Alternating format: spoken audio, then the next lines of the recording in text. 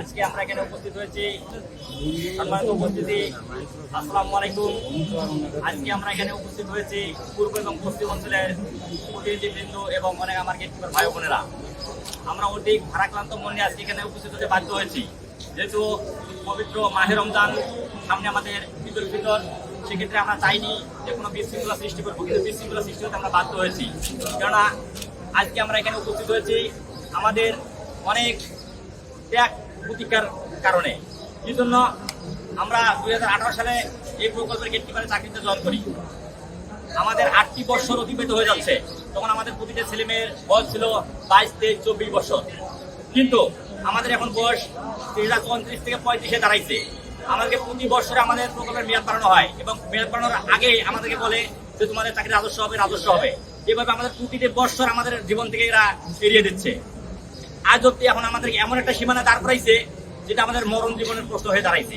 আমরা পারতেছি না সামনে যেতে, পারতেছি না পিছনে ফিরতে, কিন্তু আমরা আমাদেরকে এমন পর্যায়ে দাঁড় করে রাখছে আমাদের মৃত্যুর সম্মুখীন হয়ে দাঁড়াইছে।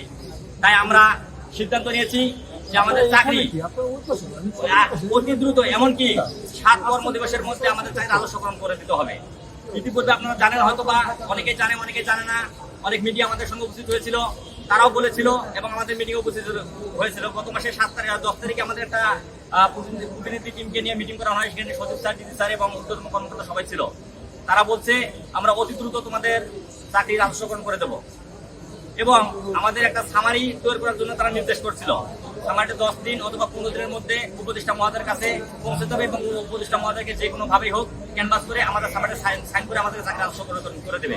কিন্তু আজ অব্দি সেটা 2 মাস হয়ে যাচ্ছে, আমাদের কোনো ফলস্বরূপ কোনো আশা আমরা পাচ্ছি না। এখন যদি আমরা রেল ভবনে আসি, তারা বলতেছে তোমাদের কাজ দ্রুত হচ্ছে, আমাদের কাজ দ্রুত হচ্ছে, তার কোনো ডকুমেন্টস, কোনো পেপারস আমরা এখন পর্যন্ত দেখতে পাইনি। কেন এটা আমাদের জন্য, আমাদের সঙ্গে কেন তারা গেম খেলতেছে?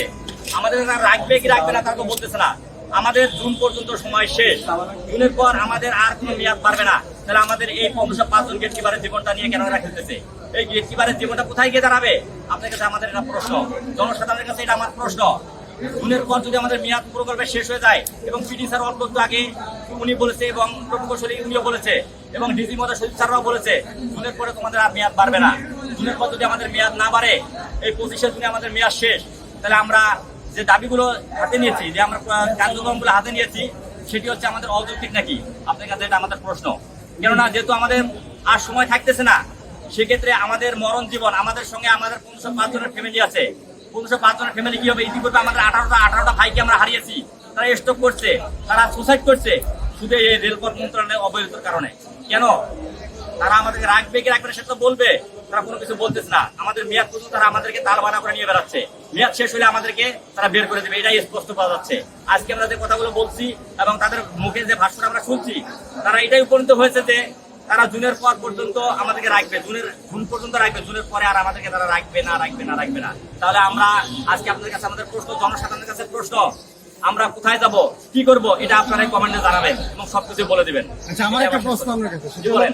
প্রকল্প থেকে কেউ কি রাজস্ব গেছে আপনাদের? এই আমাদের অন্যান্য প্রকল্প অনেক গেছে, অন্যান্য প্রকল্প 28-33টা প্রকল্প রাজস্ব চলে গেছে, ঠিক আছে, PLR-তে রাজস্ব চলে গেছে, প্রকল্পতে রাজস্ব চলে গেছে, কিন্তু আমাদের তার রাজস্ব যাচ্ছে না। কেন যাচ্ছে না? এগুলো ডকুমেন্টস আমরা সব দিয়েছি। রাজস্ব গেছে কোন লেভেলের কর্মচারীরা গেছে? আমাদের 14 শ্রেণীর কর্মচারীরা চলে গেছে, 14 শ্রেণীর যারা কর্মচারী রয়েছে তারা চলে গেছে, তারা গেছে, তারপরে আপনাদের কমিউনিটি ক্লিনিক এটাও গেছে এবং অনেক মন্ত্রণালয়